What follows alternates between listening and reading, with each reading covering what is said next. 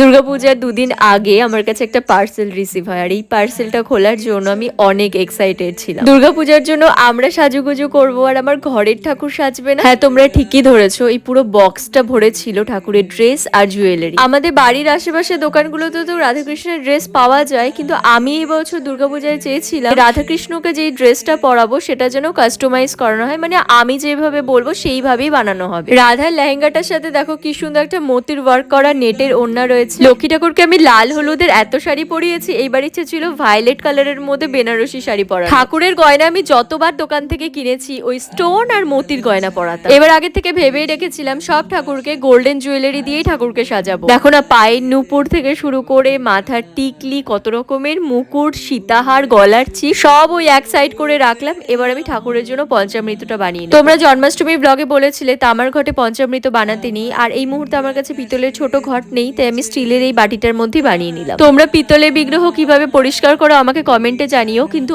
আমি কিন্তু টক দই আর অষ্টগন্ধা একসাথে মিক্সড করে একটা থিক পেস্ট তৈরি করি। ঠাকুরকে সুন্দর করে মাখিয়ে 5 মিনিট রেখে তারপর জল দিয়ে ঠাকুরকে স্নান করি। এবার আমি পঞ্চামৃত দিয়ে ঠাকুরকে স্নান অভিষেক করিয়ে তারপর দেখো এইখানে যত জুয়েলারি আর ড্রেস আছে সব একটা একটা করে ঠাকুরকে পরাবো। আমি চেয়েছিলাম রাধা কৃষ্ণকে সেম কালারের ড্রেস পরাতে, তাহলে খুব সুন্দর লাগবে এই বেশে ঠাকুরকে দেখতে।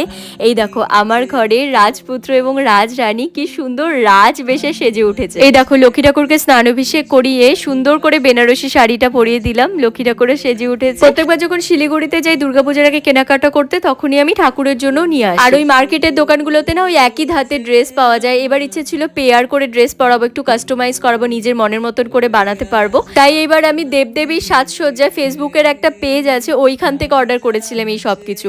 আমি তোমাদেরকে পেজটার নাম বললাম যাতে তোমরাও যদি অর্ডার করতে চাও তোমাদের কোনো অসুবিধা না হয়। এই দেখো আমার ঠাকুর তো সুন্দর করে সেজে উঠেছে। যাওয়ার আগে তোমরা রাধে রাধে বলতে ভুলো না। রাধে রাধে।